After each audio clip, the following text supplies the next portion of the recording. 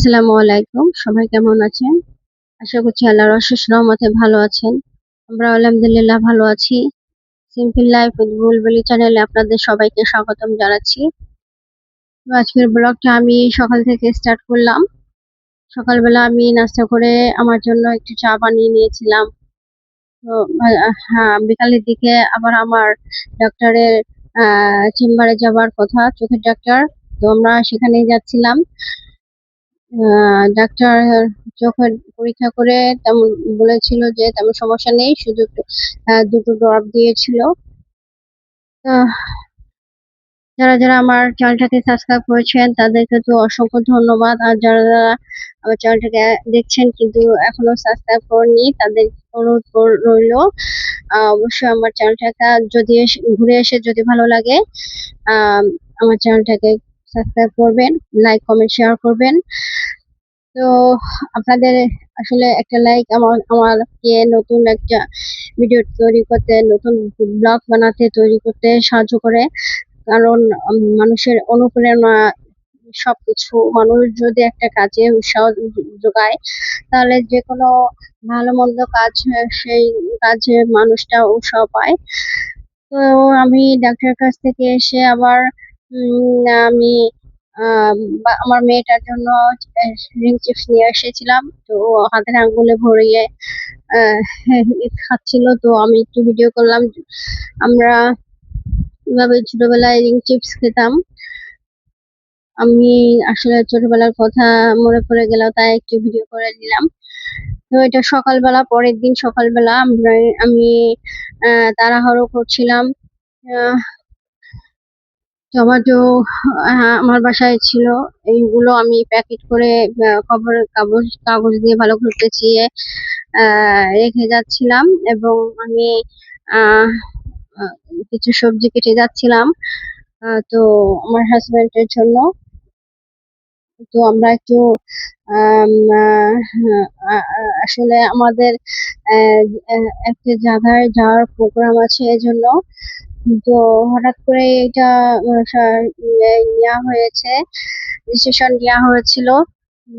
তো আমি আমার লাগেজটা গুছিয়ে নিচ্ছি।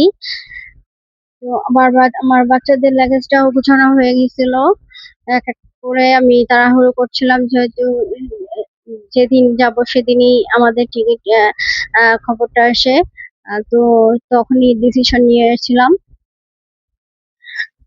আপনারা বলেন তো আমি কোথায় যাচ্ছি, যার কারণে এত তাড়াহুড়ো করছি? আসলে আসলে আমি আমার বাবার বাড়ি যাচ্ছি, যেখানে গেলে মেয়েরা মানে সব কাজের আগে দৌড়ায়, খুশিতে আত্মহারা হয়। খুশি মেয়েদের যেন আর মানে ধরে না, এরকম একটা অবস্থা হয়ে যায়। তো আমি আহ একদিনে সব গুছাতে একটু কষ্ট হয়েছিল, তারপরও আমার ভালো লাগছিল, যেহেতু আমি অনেকদিন পর আমি আমার বাবার বাড়ি যাচ্ছি। তো তখনও বৃষ্টি হচ্ছিল, আহ বৃষ্টির মধ্যে যাচ্ছিলাম। তো এই তো বাবার বাড়ির কথা শুনে তো আমার মানে আমি থাকতে পারিনি, যেহেতু আমার ভাইয়েরা বললো যে তুমি আসো, তাই আমি আর কি দেরি করিনি এক মুহূর্ত।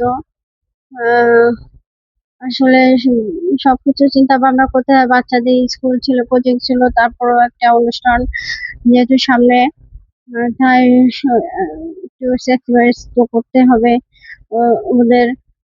আমার আসলে আমার বাচ্চাদের একটু ক্ষতি হয়ে যাবে পড়াশোনা, কিন্তু তারপরও কয়েকদিনের জন্য যাব, বেশি দিন থাকবো না। আসলে যে যদিও বেশি দিন না থাকা হয় তাও কষ্ট, আবার যে যে থাকবো তা হচ্ছে বাচ্চাদের কথা চিন্তা করে থাকা যায় না। দুটো দিকটা চিন্তা ভাবনা করলে আর মানে মাথার মধ্যে কাজ করে না। তো ভাবলাম যে যাই, যা হবার হবে, ওখানে তো আগে যাই, তারপরে দেখা যাক। আমার আসলে ট্রেনে যাচ্ছিলাম, ট্রেনের আমি কিছু ভিডিও করলাম। তো এই তো ট্রেনে থেকে নেমে গেলাম, আমরা রাত্রে বের হয়েছিলাম। তো প্রচুর জ্যাম ছিল, এই জন্য আসতে দেরি হয়েছিল। ট্রেনটা সময় মতো চলে আসছিল, কিন্তু আমরাই আসতে দেরি করেছিলাম। তো আল্লাহর অশেষ রহমতে আমরা ঠিক মতো পৌঁছেছি, আলহামদুলিল্লাহ। তো সবাইকে আবারও স্বাগতম। আসসালামু আলাইকুম।